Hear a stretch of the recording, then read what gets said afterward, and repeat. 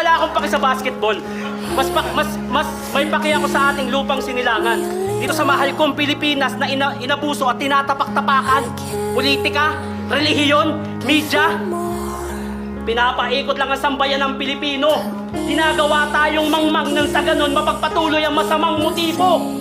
Politiko, maliit lang ang sahod ng mga yan, pero sa kampanya, milyon ang kayang gastusin.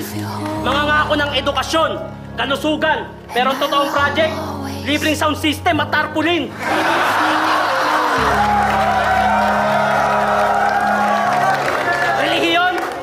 Relihiyon. Yan ang dahilan kung bakit nagkabuklod-buklod ang mga Pilipino at nagkalabo-labo. Bukod sa amin ni Jose Rizal, ang mas dapat yung bigyan ng parangal ay si Lapu-Lapu. Dahil ba hindi siya Kristiyano? O hindi siya ang gumawa ng ating bandila? Kung hindi niya pinatay si Magellan, matagal na tayong sinakop ng Kastila. Media, yan ang isang bagay na may dalawang muka. Kaya kanyang gawing mabuti at kaya kanyang gawing masama. Media ang boses ng sambayanan. Totoo. Noon, pero ngayon hindi na. Malaking tulong sana sa atin ang media kung hindi lang nasisilaw sa pera. Mga kababayan, imulat nyo ang mata nyo.